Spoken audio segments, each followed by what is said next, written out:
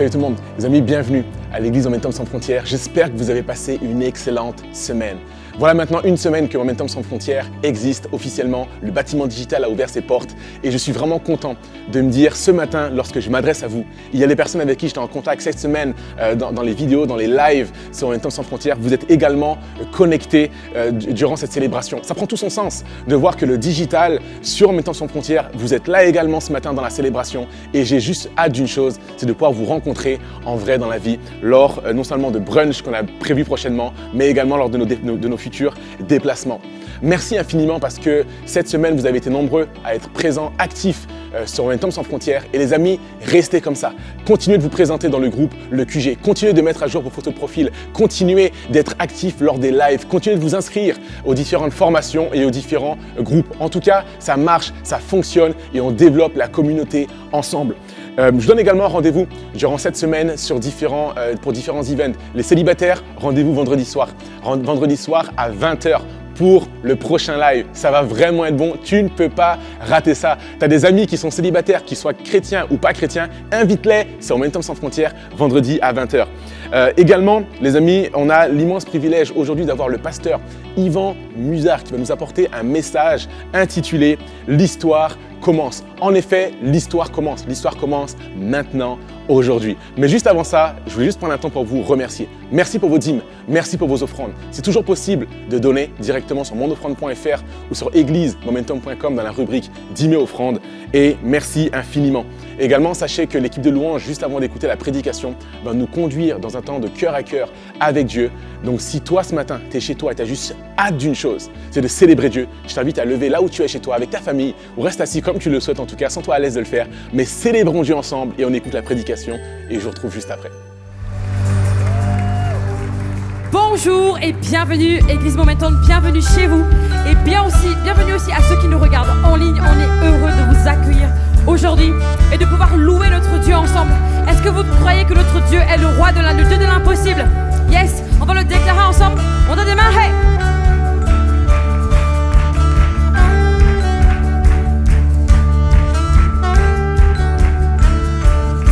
On y va, par toi. Par toi, je peux tout accomplir. Je peux vraiment tout, car c'est toi qui me rends fort. Non, rien n'est impossible. Par toi, les yeux sont ouverts, les liens sont brisés. Oui, je vis par la foi. Non, rien n'est impossible. Hey!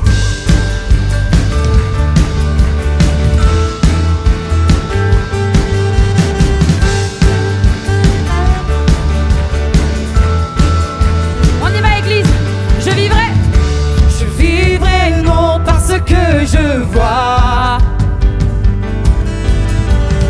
je vivrai non parce que je ressens. Je le sais, que tu es là près de moi. Je le sais, que tu peux tout accomplir. Par toi, je peux tout accomplir. Je peux vraiment tout, car c'est toi qui me rends fort. Non, rien n'est impossible. Par toi, les yeux sont ouverts, les liens sont brisés. Oui, je vis par la foi. Non, rien n'est impossible. Hey!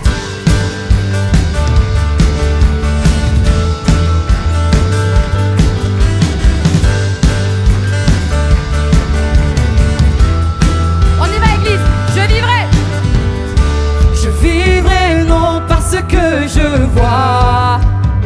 Alléluia.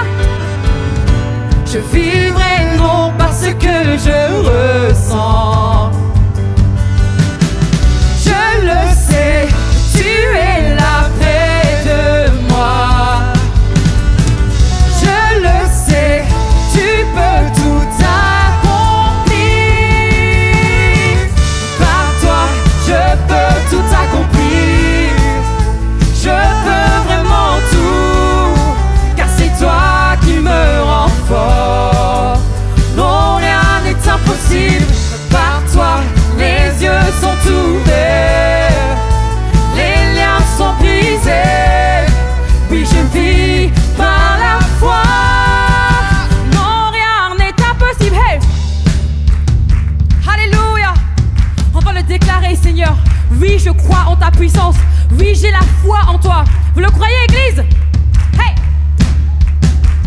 va, oui je crois.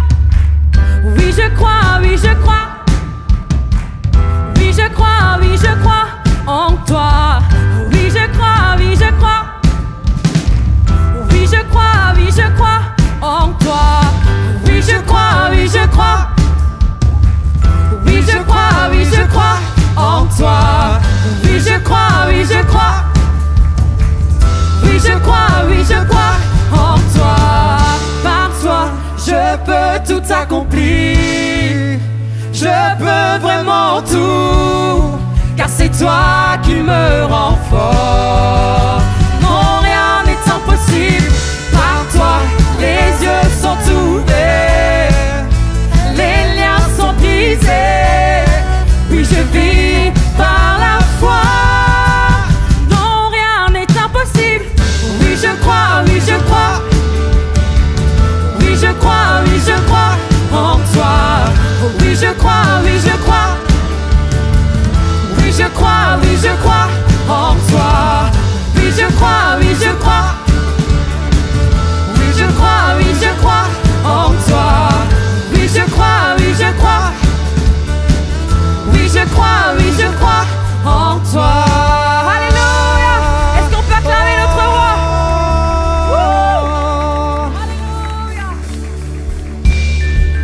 Ce matin, je vous invite à venir louer ensemble notre Dieu, celui qui nous a rachetés, celui qui nous a délivrés, celui qui nous a appelés ses enfants. Et avec lui, nous avons cette assurance, cette certitude d'être ses enfants. Et disons-le ensemble, je suis ton enfant, je suis heureux, je suis dans la joie parce que je suis ton enfant. Et je sais que tu veilles sur moi à chaque instant pour l'éternité. Chantons ensemble, qui suis-je? Qui suis-je pour que le roi des cieux m'ouvre ses bras? Perdu mais trouvé par sa grâce, son amour pour moi, son amour pour moi. Il m'a libéré, ma dette est payée. Je suis enfant de Dieu, je suis à lui. Il m'a racheté. Il m'a racheté à la croix grâce à son don. J'étais esclave du péché, mais il m'a sauvé. Jésus m'a sauvé. Il m'a libéré. Ma dette est payée. Je suis enfant de Dieu. Je suis à lui. Et dans sa maison, j'ai trouvé ma place. Je suis enfant de Dieu. Je suis à lui. Oh. Et tu m'as délivré, et tu m'as racheté. Je suis ton enfant, je t'appartiens.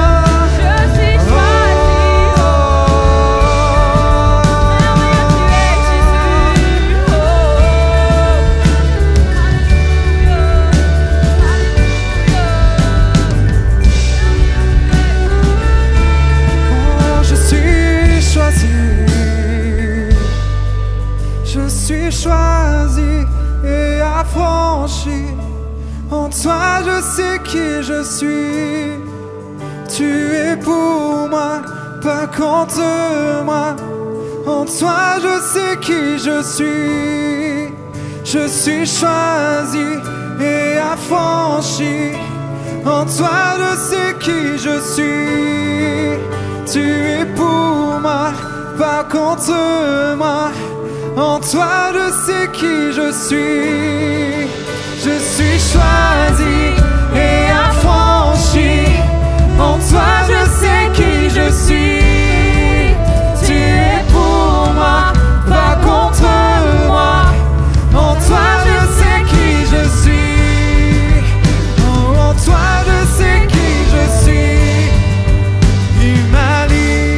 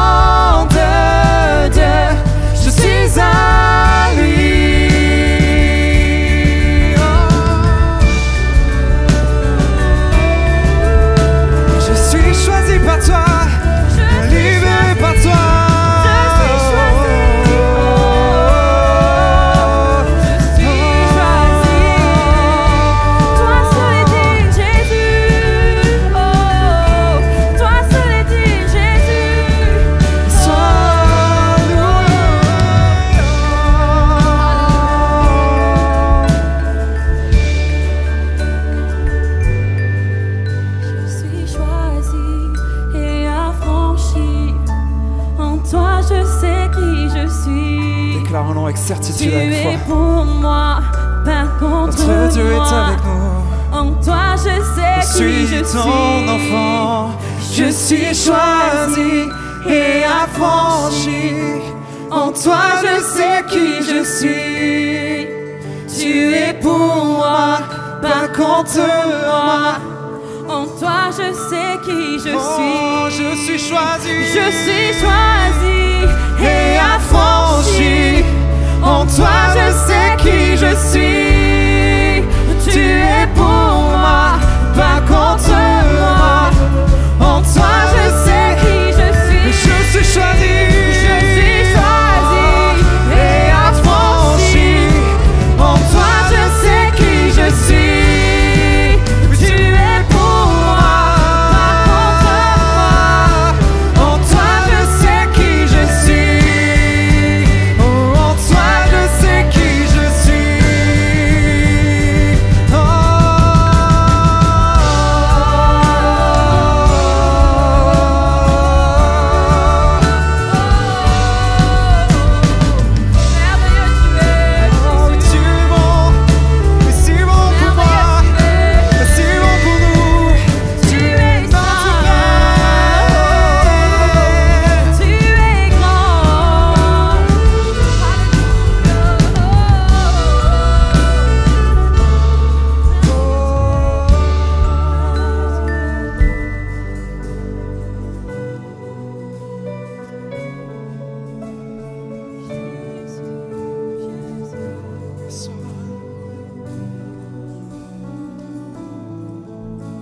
Seigneur, ce matin, nous voulons élever ton nom, Seigneur. Non pas pour toutes les bénédictions que tu as pour nous, non pas pour tout ce que tu fais pour nous, mais nous te remercions, nous te louons pour ça, Seigneur. Parce que c'est vrai, tu fais tant de bonnes choses pour nous, même des choses que nous ne le voyons pas, Seigneur. Mais ce matin, Seigneur, c'est pas seulement pour ça que l'on veut élever ton saint nom. C'est pas seulement pour ça, Seigneur, que nous voulons te glorifier. Mais nous voulons ce matin, Seigneur, amener nos cœurs à toi. Nous voulons ce matin amener notre être entier à toi parce que tu es notre Dieu, parce que tu es celui qui nous a aimés le premier, parce que tu es celui qui a tout accompli, tu es celui qui a tout fait pour nous, tu es celui qui nous a libérés, celui qui nous a délivrés, celui qui nous donne cette certitude, cette espérance merveilleuse que nous allons passer l'éternité à tes côtés, Seigneur. Et c'est vrai, Seigneur, ce matin, c'est avec un cœur reconnaissant, avec un cœur rempli d'amour, Seigneur, pour toi que nous voulons te louer pour qui tu es, Seigneur, pour qui tu es, parce que tu es notre Dieu, notre Roi et notre Père, Seigneur. Vraiment, reçois toute la louange, reçois au-delà de ces mots, que ce soit nos cœurs qui te louent, au-delà de ces paroles de ce chant, que ce soit que nos cœurs, notre être qui te loue, Seigneur. Chantons ensemble, prosterné. Prosterné à tes pieds, je viens, Jésus, devant toi, adorer, magnifier celui qui s'est sacrifié, quittant ton Père pour la terre, tu as laissé ta gloire. Et au Calvaire, tu t'es offert. Tu es le roi de gloire. Oui, pour qui tu es, j'élève ton sein. Oui, pour qui tu es, pour qui tu es, je viens devant ton trône, prosterné pour t'adorer.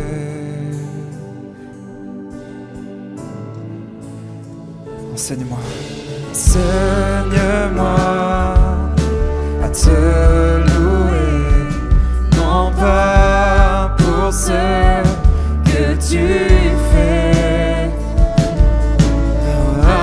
apprends-moi à t'aimer malgré les difficultés, et même si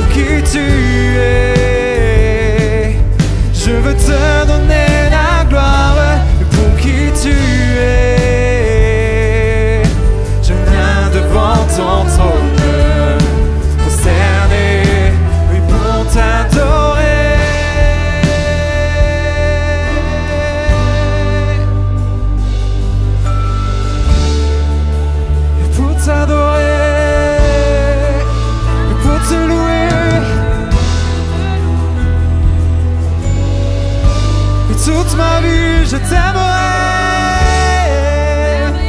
Pour l'éternité, je te louerai.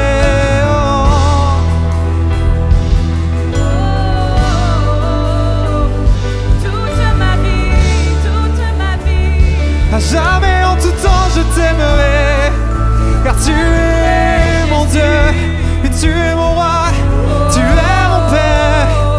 À jamais je te louerai. Déclarons-le ensemble toute ma vie. Et toute ma vie je te louerai. Pour qui toute ma vie,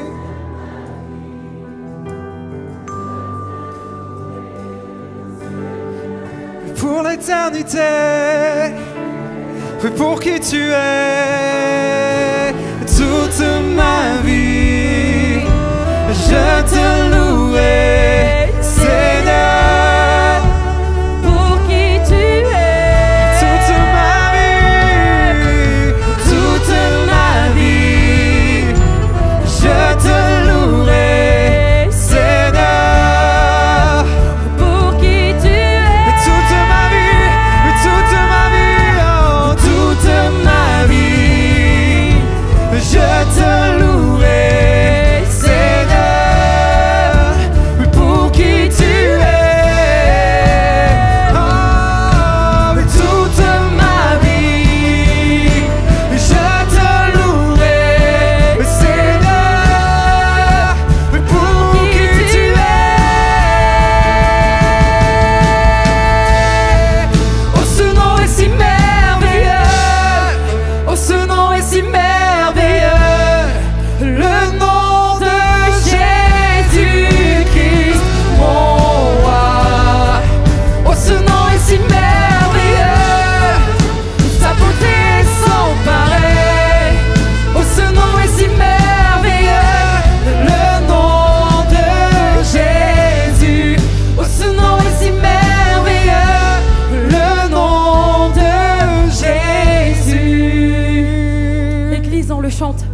Tu étais là dès la création.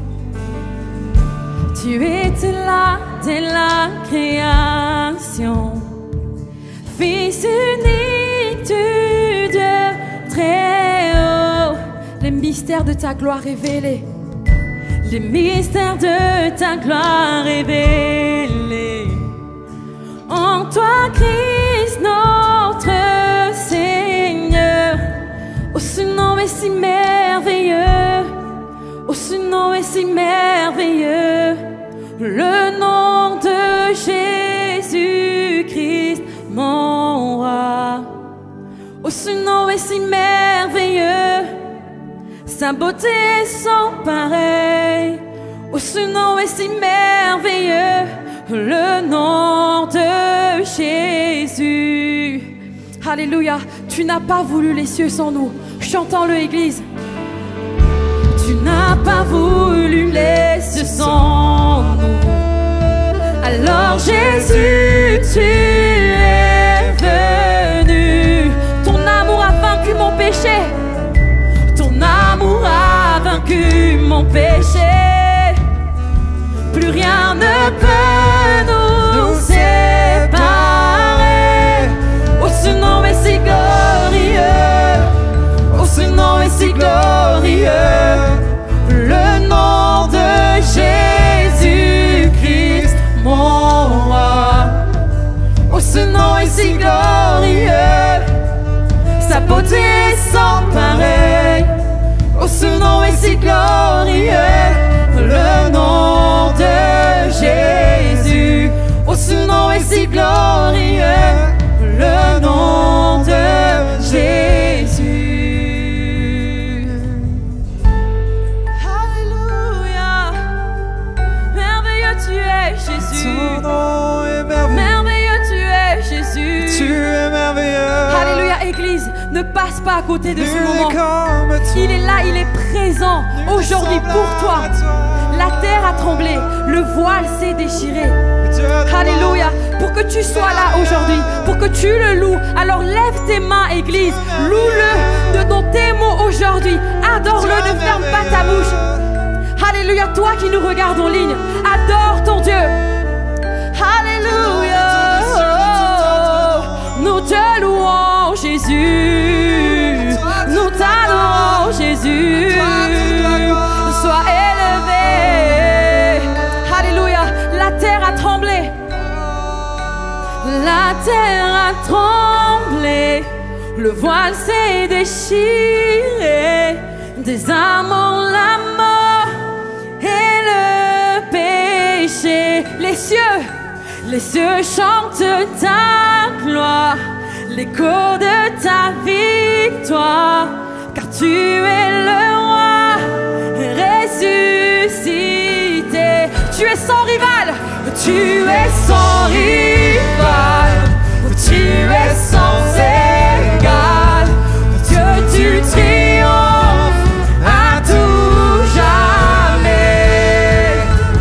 À toi soit l'honneur, à toi soit la gloire, car ton nom surpasse tout autre nom. Oh, ce nom est victorieux, oh, ce nom est victorieux.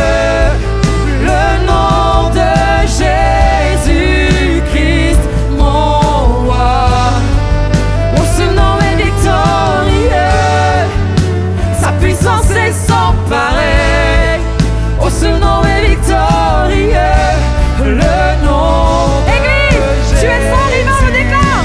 Oh, tu es sans rival, oh, tu es sans égal. Dieu, tu triomphes à tout jamais. À toi soit l'honneur, à toi soit la gloire, car ton nom surpasse tout autre nom. Oh, ce nom est victorieux, oh, ce nom est victorieux. Le nom de Jésus-Christ, mon roi. Oh, ce nom est victorieux, sa puissance est sans pareil. Oh, ce nom est victorieux, le nom de Jésus. Oh, ce nom est victorieux, oh, ce nom est victorieux, oh, ce nom est victorieux, le nom de Jésus-Christ, mon roi. Oh, ce nom est victorieux, sa puissance est sans pareil. Oh, ce nom est victorieux, le nom de Jésus. Oh, ce nom est victorieux, le nom de Jésus. Alléluia. Alléluia. Alléluia. Nous avons chanté ce nom si victorieux, ce nom qui a tout accompli. J'aimerais qu'on puisse prier. Après l'avoir chanté, j'aimerais qu'on puisse prier ce nom si victorieux. Ce nom victorieux qui a tout changé dans nos vies et qui est capable de tout changer dans ta vie encore ce matin. J'aimerais qu'on puisse le prier afin que sa grâce vienne sur ce qui est en train de se passer en ce moment en Ukraine. J'aimerais qu'on puisse mettre le nom de Jésus sur ce pays. Seigneur Jésus, nous nous tenons devant toi et nous avons chanté ton nom, Seigneur. Toi qui as vaincu la mort, nous l'avons chanté, Seigneur. Et nous prions, Seigneur mon Dieu, que ton nom soit sur le pays de l'Ukraine, Seigneur. Que ton nom soit sur l'Ukraine, Seigneur Jésus. Nous prions pour une protection sur cette nation. Nous prions pour une provision sur tes enfants et sur ce peuple. Nous prions pour des promesses pour eux, Seigneur Jésus. Alors que l'ennemi se déchaîne, alors que le diable a d'autres plans pour eux, Seigneur.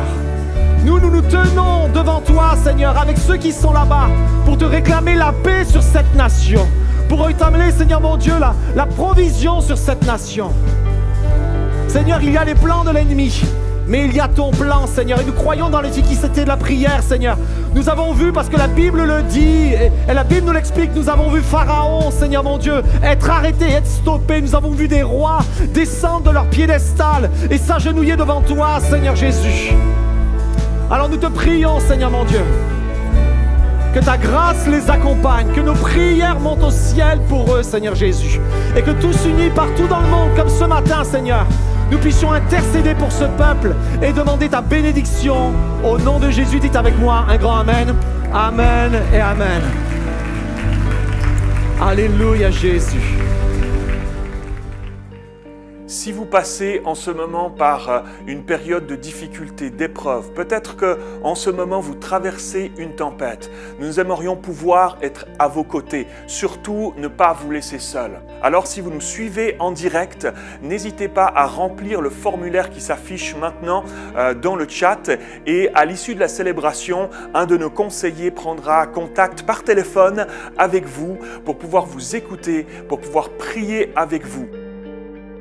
Alors surtout ne restez pas seuls, n'hésitez pas à remplir le formulaire et nous prions que Dieu vous accompagne et qu'il vous bénisse dans la saison que vous traversez en ce moment.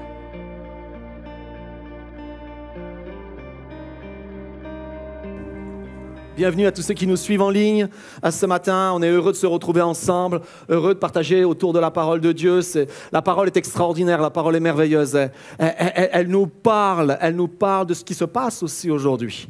Alors, sauf si vous étiez dans une caverne, isolé, sauf si dans la zone où vous habitez, il n'y a pas de réseau, pas d'internet, pas de radio, normalement, vous devez comprendre et vous devez savoir ce qui est en train de se passer en ce moment. Normalement, vous avez des nouvelles de ce qui se prend place, et on vient de prier à l'instant pour l'Ukraine, pour ce qui est en train de prendre place dans l'histoire en ce moment même. Oui, le titre de mon message ce matin, c'est « L'histoire commence ».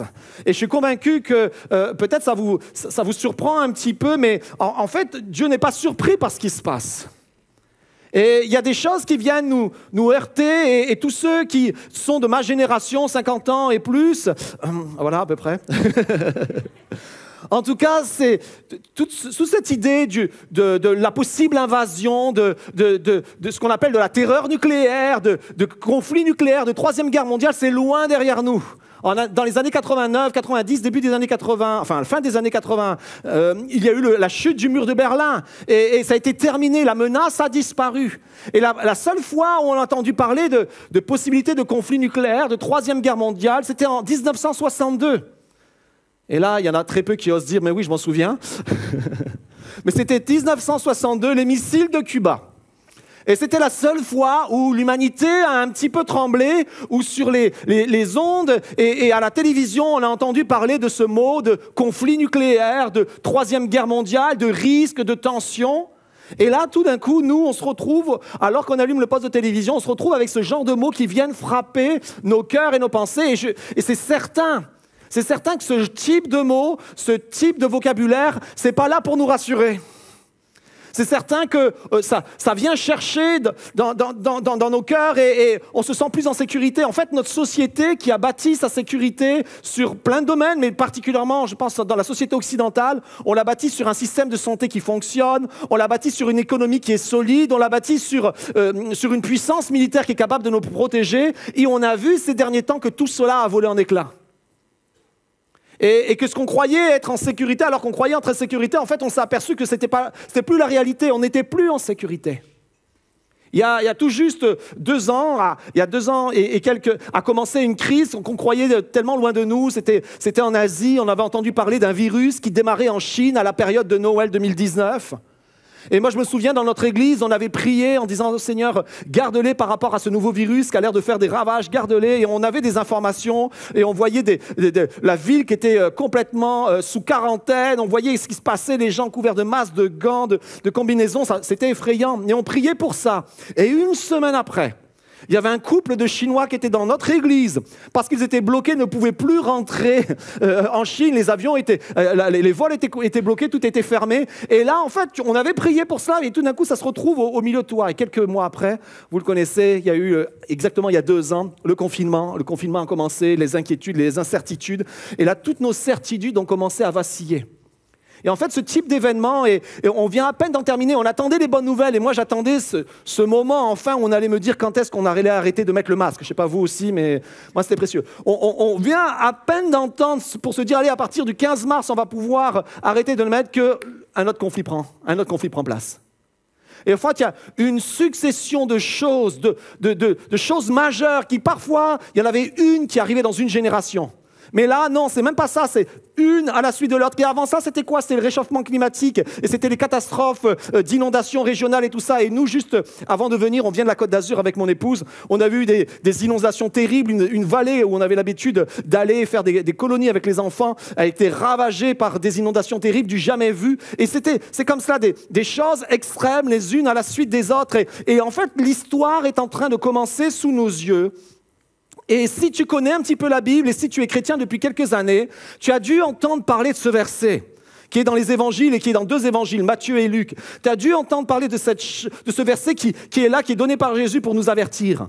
Quand vous entendrez parler de guerre et de désordre, ne vous effrayez pas, car cela doit arriver premièrement. Vous avez déjà entendu parler de ça ? Et ce verset-là, c'est Jésus qui parle. C'est sa dernière semaine. Il est avec ses disciples pour la dernière fois.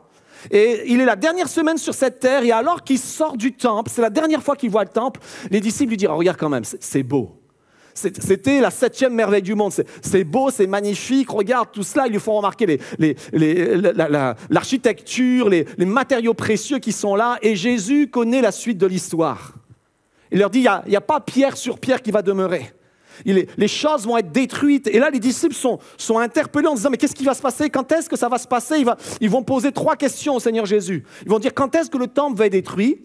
Quand est-ce que toi, tu vas te mettre à régner? Et quand est-ce que ça sera la fin du monde? Ils étaient en une phrase, 3 questions. D'ailleurs, je l'ai donné en devoir. Je suis le directeur de Momentum Academy. J'ai donné en devoir à mes étudiants. Ils ont 8 à 10 pages sur ce sujet-là. Sauf que quand tu fais le sujet, tu ne sais pas que ça va être d'actualité 2 semaines après. Ou quelques semaines après. Et là, Jésus va prendre un temps avec eux, va leur expliquer. Et on va regarder ça dans quelques instants. Mais moi, ce qui me frappe, c'est que ce qui est écrit dans la Bible, c'est ce qu'on est en train de voir sous nos yeux. On est en train de le voir. Et moi, particulièrement, ça me touche un petit peu dans ma chair, parce que dans ma famille, mon grand-père était russe et ma grand-mère était ukrainienne.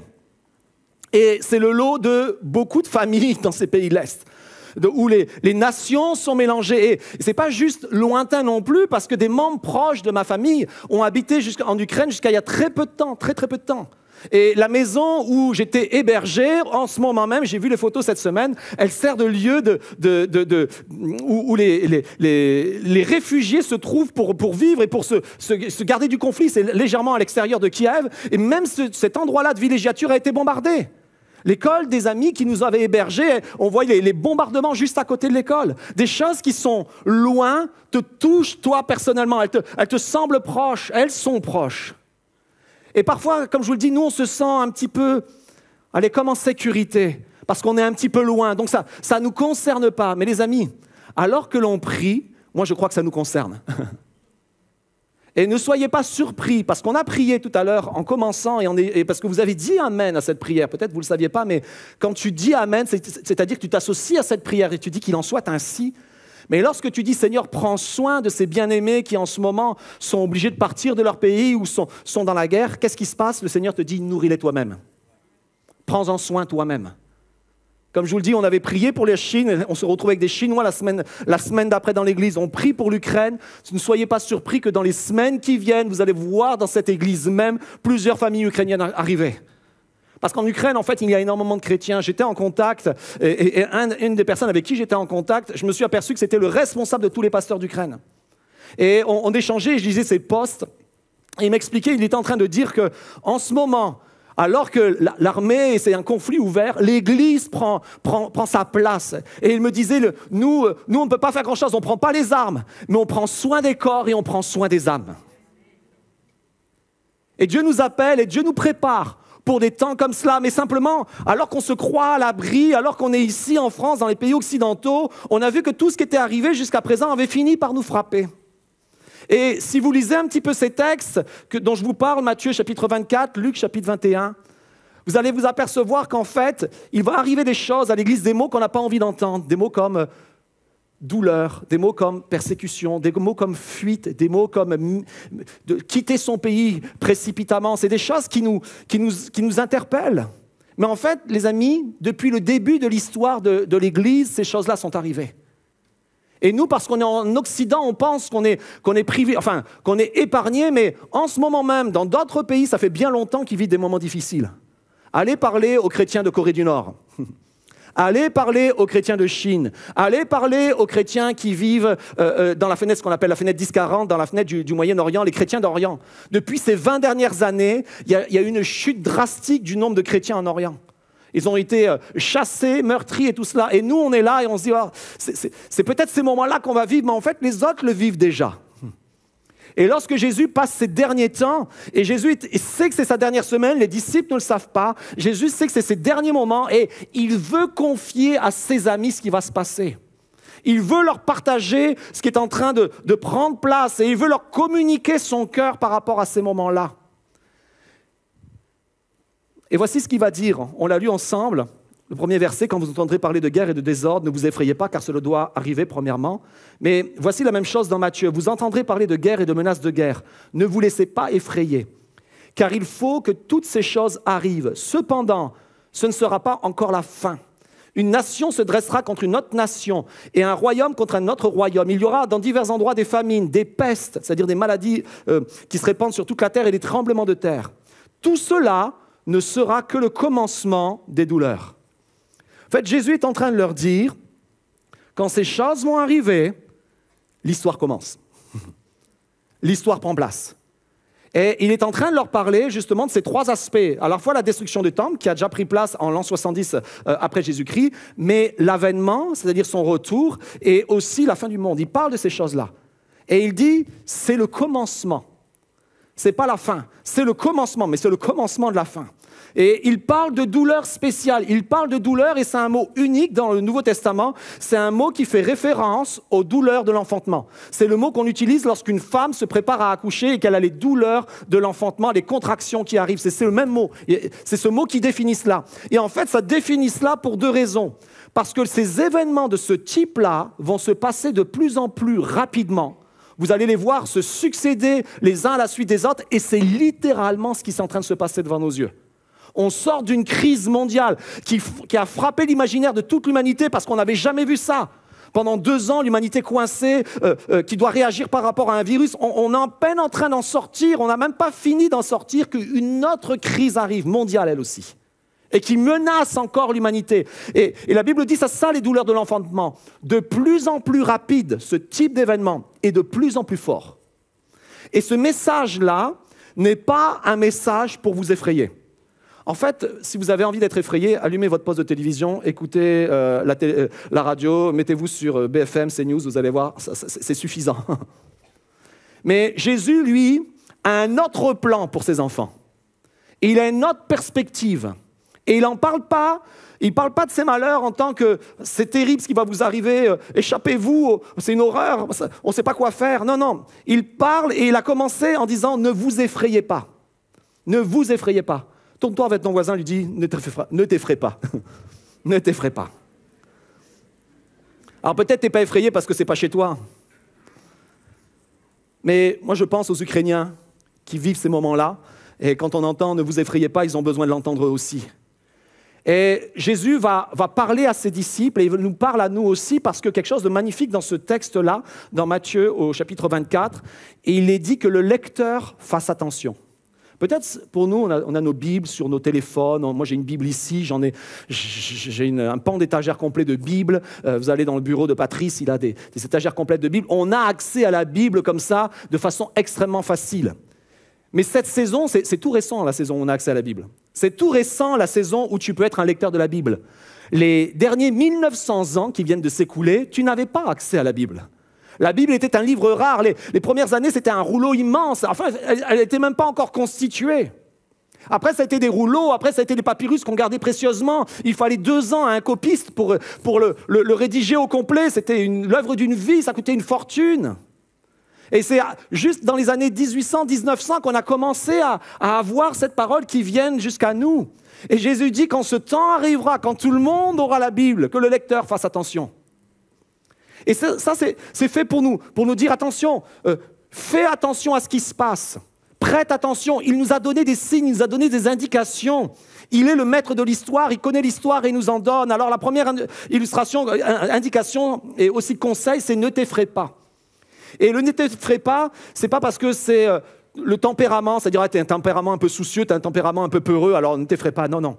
À chaque fois que Dieu parle dans l'Ancien Testament en disant « ne crains point », à chaque fois que Jésus a parlé dans le Nouveau Testament en disant « ne t'effraie point, ne crains point », c'est qu'il y avait quelque chose derrière. C'est que la situation que la personne vivait, elle avait de quoi s'inquiéter. Mais Jésus savait quelque chose, Dieu savait quelque chose que la personne ne savait pas. Et voici ce qu'il savait en général. La première chose, c'est qu'il avait une promesse qui accompagnait ce commandement « ne crains pas ». Il y a toujours une promesse qui accompagne cela. Et vous pouvez lire Matthieu 24, Luc 21. Il y a des promesses qui accompagnent cette parole-là. Il y avait des paroles de vie qui accompagnaient cette parole-là. Il y avait aussi la promesse d'une présence.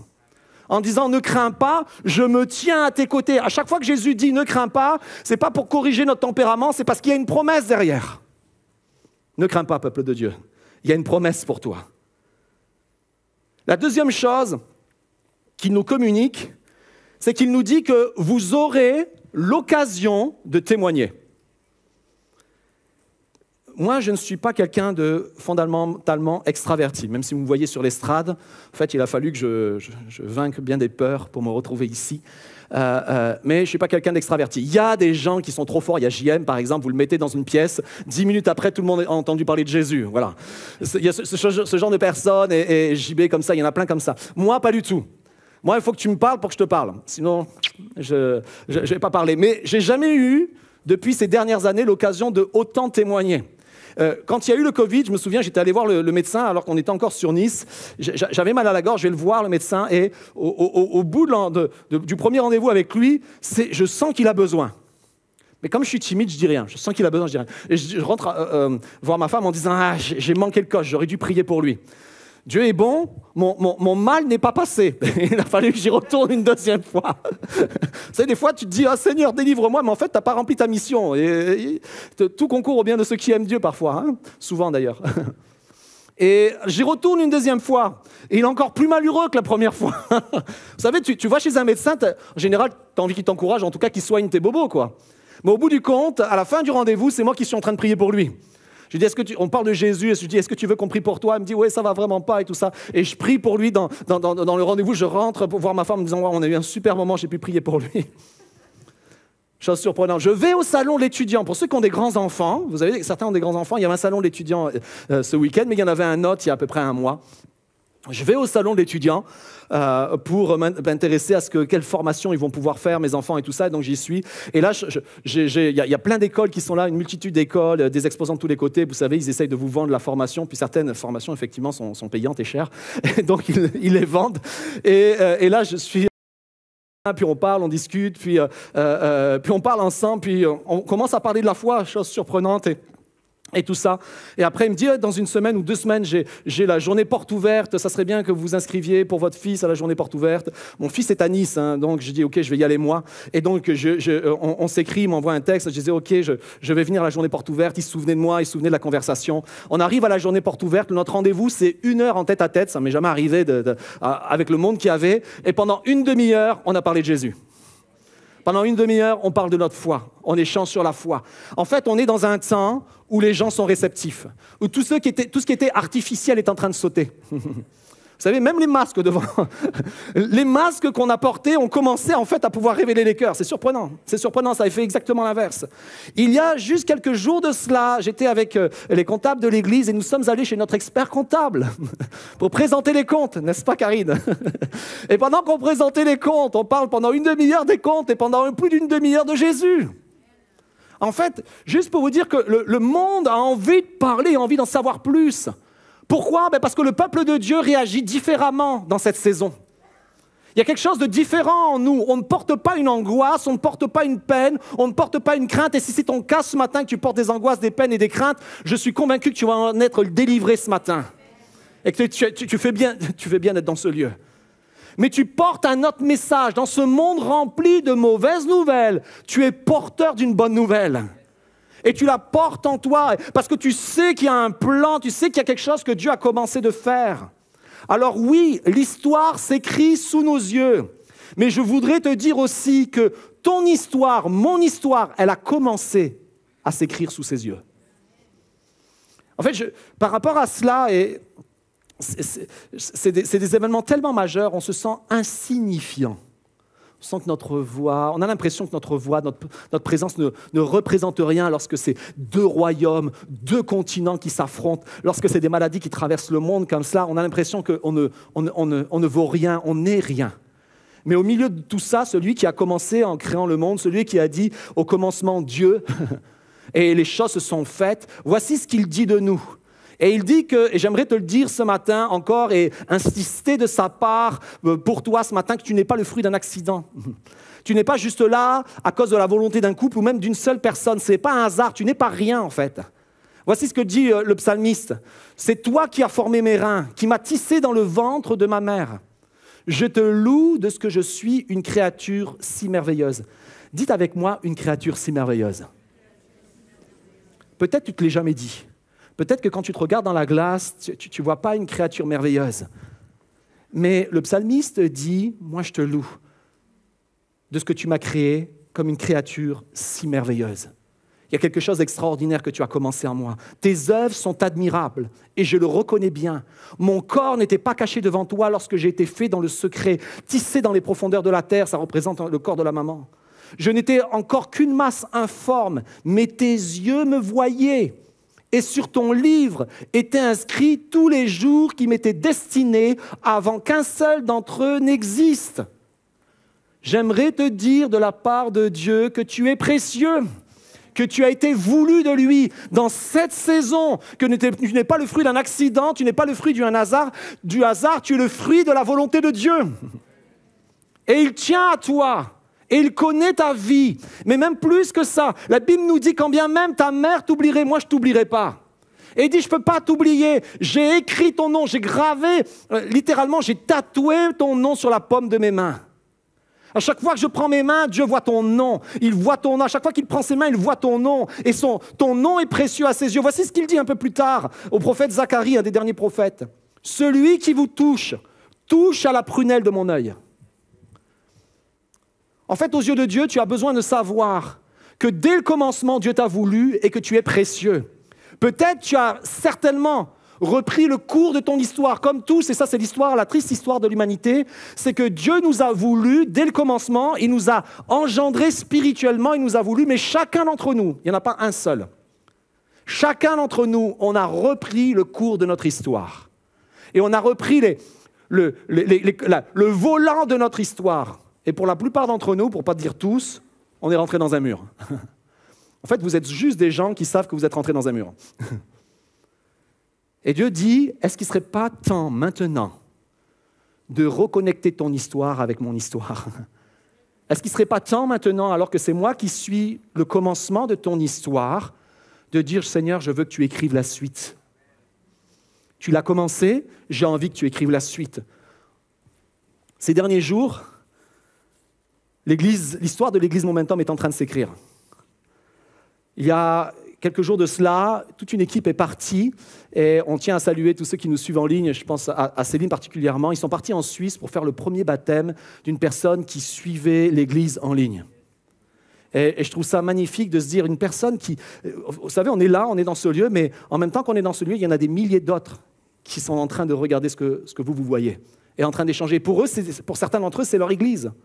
Et toute une équipe est partie, ça faisait des mois qu'ils avaient fait le suivi avec elle, des zooms, des échanges, préparation au baptême, et ils sont partis la baptiser il y a quelques jours de cela. Et en même temps qu'on baptisait cela, on a lancé il y a quelques jours Momentum sans frontières. Vous avez eu la publicité, mais c'est une communauté pour tous ceux qui n'ont pas d'église. Parce qu'on a été conscients, fortement frappés par le fait que beaucoup, durant ce temps de confinement, ont été déconnectés de la communion. Et certains n'ont pas réussi à recoller. Et en fait, Momentum sans frontières n'est pas juste là pour vous, il est là pour tous ceux qui sont sur Internet et qui cherchent un endroit à qui s'attacher, ils cherchent à quelle communauté s'attacher. C'est une communauté pas juste virtuelle. Il y a des vrais gens derrière, il y a des vrais échanges, il y a des vrais groupes, il y a des vrais temps de communion. Et c'est ce que Momentum sans frontières a commencé. Et en même temps, c'est pour ça que l'église Momentum, c'est des fous furieux quand même. Hein. Et tu le sais pas, mais t'en fais partie. Et en même temps, il y en a qui sont à Bruxelles et qui sont allés à Bruxelles pour démarrer un week-end de concert, parce qu'on a en vue, et vous le savez, ça fait longtemps maintenant qu'on le partage, on a en vue d'implanter à Bruxelles une église chaque semaine, enfin chaque semaine, on va implanter pas une église chaque semaine, mais chaque semaine, un jour, ça c'est une prophétie, un jour ça se passera. Mais en attendant, on va en implanter une cette année, c'est déjà pas mal. Il y a 52 semaines, on implante une. Et une réunion chaque semaine, un culte chaque semaine à partir de septembre. Et ça a commencé. Ça a commencé des réunions, des concerts, ça a commencé et ça se déroule et c'est magnifique et c'est merveilleux. Et en fait, c'est ce double paradoxe. À la fois un monde qui est dans la crainte, un monde qui ne reçoit que des mauvaises nouvelles et une église qui porte la bonne nouvelle. Et c'est ça que Jésus a voulu communiquer à ses disciples dans ces derniers temps. Alors qu'il lui demandait, mais qu'est-ce qui va arriver? Voici ce qui va arriver, mais voici la dernière parole qu'il leur laisse. Tout pouvoir m'a été donné dans le ciel et sur la terre. Allez donc, faites de toutes les nations des disciples, baptisez-les au nom du Père, du Fils et du Saint-Esprit. C'est ce qui s'est passé il y a quelques jours. Enseignez-leur à mettre en pratique tout ce que je vous ai prescrit. C'est ce qui se passe en ce moment. Et moi, je suis avec vous tous les jours jusqu'à la fin du monde. Amen. Et ça, c'est ce qu'on appelle une promesse conditionnelle. Cette promesse conditionnelle, c'est quoi? C'est Église du Seigneur. Remplis la mission que je t'ai donnée, et moi. Voici pourquoi il y a le « et moi ». Et moi, je vais remplir la mienne. Et ma mission, c'est d'être avec toi tous les jours jusqu'à la fin du monde. En fait, c'est une invitation, et Paul va la communiquer un peu plus clairement. Il va le dire, et je trouve ça magnifique, c'est dans Philippiens, c'est une invitation à faire partie de l'histoire. Dans Philippiens, au chapitre 1, « Je dis à mon Dieu ma reconnaissance de tout le souvenir que j'ai de vous. Dans toutes mes prières pour vous tous, je ne cesse d'exprimer ma joie, à cause de la part, vous avez pris une part, que vous prenez à l'évangile, à la bonne nouvelle depuis le premier jour jusqu'à maintenant. Et je suis persuadé, et ça c'est une parole extrêmement importante, que celui qui a commencé en vous cette bonne œuvre, la poursuivra jusqu'à son terme, jusqu'au jour de Jésus.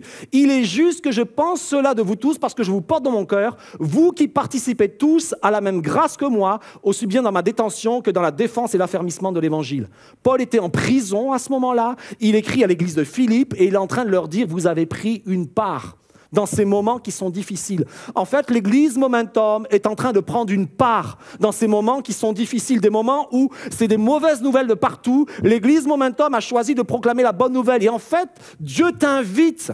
Ce qui est valable pour l'Église est valable aussi pour toi. Il t'invite à prendre cette bonne nouvelle et à la porter dans ta vie et à la partager autour de toi. Et alors que tu remplis cette part, regardez la promesse de Dieu. Celui qui a commencé en vous cette bonne œuvre, la poursuivra jusqu'à son terme. En fait, Dieu, il est différent de moi. Ce qui commence, il le termine. Ça, c'est le reproche souvent de ma femme. Mais Dieu, quand il commence quelque chose, il a pour projet de le terminer. Et il a commencé quelque chose dans ta vie. Et il veut t'inviter à faire la paix avec lui. Il veut t'inviter à te poser la bonne question, à te dire, OK, est-ce que c'est moi qui ai repris les rênes de ma vie? Est-ce que c'est moi qui bâtis ma propre sécurité sur mon travail, sur la maison, sur le toit que j'ai sur ma tête, sur mes études, sur la famille que je suis en train de bâtir? Et tout ça, c'est des bonnes choses. Ce n'est pas des mauvaises choses, c'est des excellentes choses. Mais est-ce que d'abord je lui fais confiance? Est-ce que d'abord je le mets en premier et je lui dis, Seigneur, viens écrire la suite de mon histoire? Parce que si tu fais ça, le reste aussi va suivre. Et si tu fais ça, tu as la garantie, la sécurité que lui ne te lâchera jamais et que ce qu'il a commencé avec toi, il va le terminer. C'est ce que la Bible dit, c'est ce que nous avons lu ce matin. Alors c'est une invitation à chacun d'entre nous à faire partie de l'histoire. Jusqu'à présent, peut-être tu as écrit ta propre histoire, mais maintenant il te dit, viens faire partie de l'histoire. Je veux que tu rentres dans la grande histoire. Et j'aimerais juste t'encourager en te disant qui il est à nouveau. La Bible nous dit, je vais inviter les musiciens à s'approcher. La Bible nous dit, c'est lui-même qui le dit, je suis le commencement, il est le commencement. Regardez bien. Je suis l'alpha et l'oméga, la première lettre et la dernière lettre. Le premier et le dernier. Je suis le commencement et la fin. Il connaît l'histoire. Il connaît ton histoire. Il connaît l'histoire de l'humanité. Il en est à l'origine. Et même si en ce moment des hommes se déchaînent, Et même si la Bible nous donne des informations, et il y a un livre extraordinaire qui nous en parle, c'est ce qu'on appelle le livre de l'Apocalypse, sauf qu'en français, le mot Apocalypse fait peur, mais ça veut dire le livre de la révélation. C'est-à-dire, il y a un voile qui est retiré et maintenant Dieu te montre ce qui va se passer. Et lorsqu'on lit le livre de la Révélation, on s'aperçoit que tout au début, deux choses vont être perdues.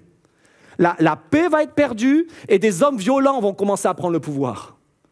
Je ne sais pas, ça ressemble un peu à ce qu'on est en train de vivre. Mais il te dit, toi, enfant de Dieu, ne crains pas. Et s'il y a quelque chose d'extraordinaire, il est le commencement, il est la fin. Et ça m'encourage. Parce que même si je ne connais pas la suite de l'histoire, même si je ne connais pas le scénario, le fait de connaître le scénariste, ça change tout. Seigneur, je ne connais pas, vous pouvez applaudir.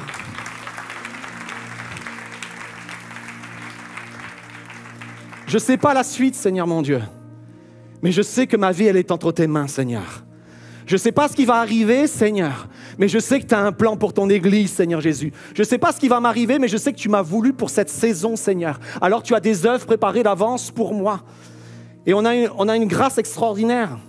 C'est même si on ne connaît pas la suite de l'histoire, on connaît la fin de l'histoire. Et Dieu prend un malin plaisir à spoiler la fin de l'histoire. La plupart d'entre nous, lorsqu'on connaît la fin de l'histoire, on ne regarde pas le film. Mais Dieu est en train de te dire, voici, il y a le film qui va se dérouler. Tu ne connais pas l'histoire, mais voici la fin. Voici la fin de l'histoire, les amis. Et c'est bon de connaître la fin. Je vis un nouveau ciel et une nouvelle terre. Car le premier ciel et la première terre avaient disparu, et la mer n'était plus. Et je vis descendre du ciel d'auprès de Dieu, la ville sainte, la nouvelle Jérusalem, prête comme une épouse qui s'est parée pour son époux. Ça représente l'Église, ça représente les rachetés de toutes les générations.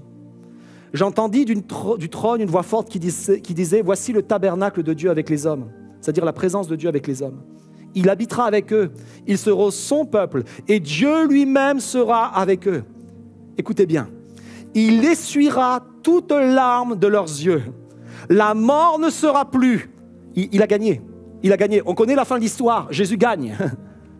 Il n'y aura plus ni deuil, ni cri, ni douleur, car les premières choses ont disparu. Celui qui est assis sur le trône, et c'est le cas de Christ en ce moment, dit « Voici, je fais toutes choses nouvelles. » Et il dit à Jean, celui qui nous a écrit ces paroles, « Écris, car ces paroles sont certaines et vraies. » Il me dit « C'est accompli, c'est fait. » Je suis l'alpha et l'oméga, ça sera la troisième fois qu'il le dit, vous allez le voir dans le livre de l'Apocalypse. Je suis l'alpha et l'oméga, le commencement et la fin.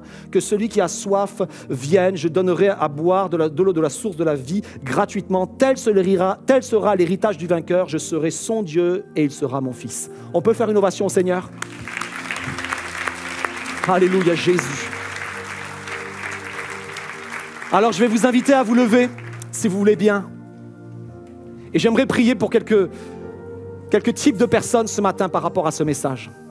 J'aimerais prier pour tous ceux qui en ce moment vivent des moments difficiles, sont affligés dans leur corps et dans leurs pensées et peut-être même dans leurs relations.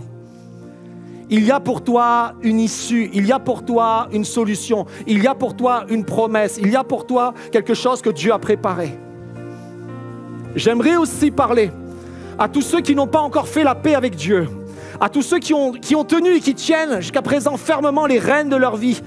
Je ne te demande pas d'être un lâcheur, mais je te demande de lui confier tes rênes, de faire confiance au Dieu de toute éternité qui a commencé l'histoire et qui va la terminer.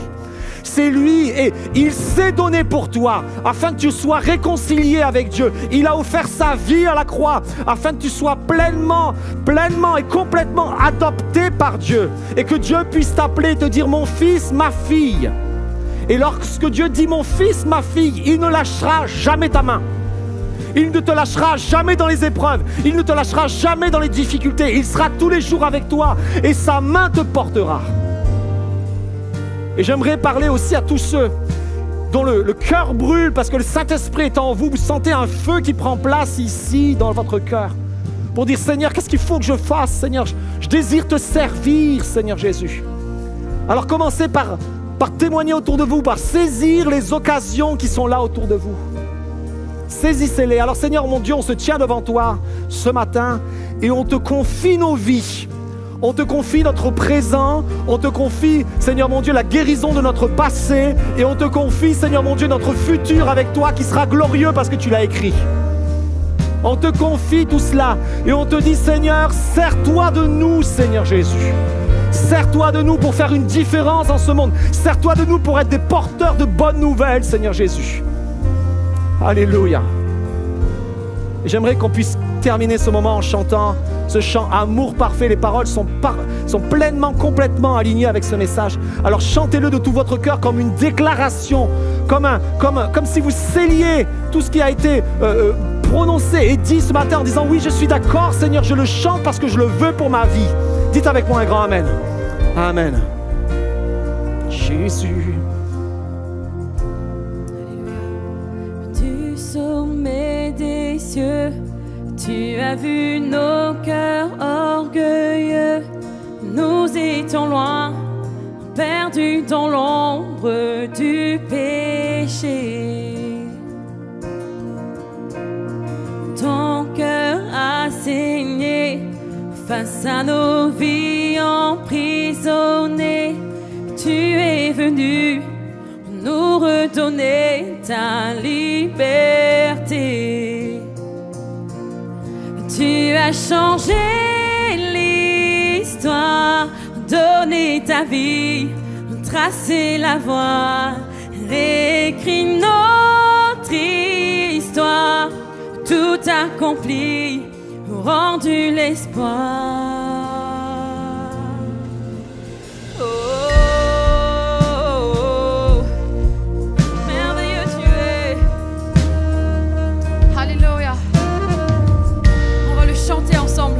Sommet des cieux, Seigneur Jésus, tu as vu nos cœurs orgueilleux. Du sommet des cieux, tu as vu nos cœurs orgueilleux. Nous étions loin, perdus dans l'ombre du péché. Ton cœur a saigné, ton cœur a saigné face à nos vies emprisonnées.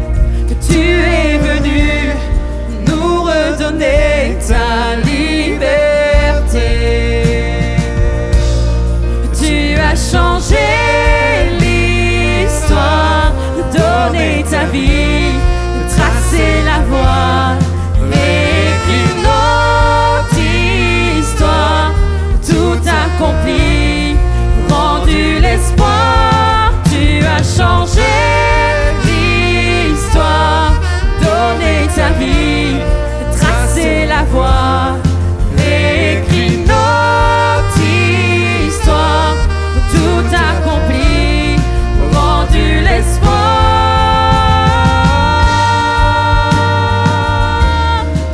Merveilleux tu es, oh, oh, oh. Ton amour pour nous. Tu as changé notre histoire. Tu as tout accompli. Tu as changé notre histoire. Alléluia. On va le chanter ensemble. Là-haut, là-haut dans les cieux, ton nom est couronné de gloire. Tu as chassé l'obscurité par ta lumière. On le déclare ici dans ce lieu. Ici dans ce lieu, nos voix célèbrent ta victoire. Tu t'es offert, unissant le ciel et la terre. Ton amour parfait a tout renversé, remporté la mort ne pouvait gagner. Ton amour parfait a tout surpassé, surpassé, rien ne pouvait t'arrêter. Rien ne pouvait t'arrêter. Rien ne pouvait t'arrêter.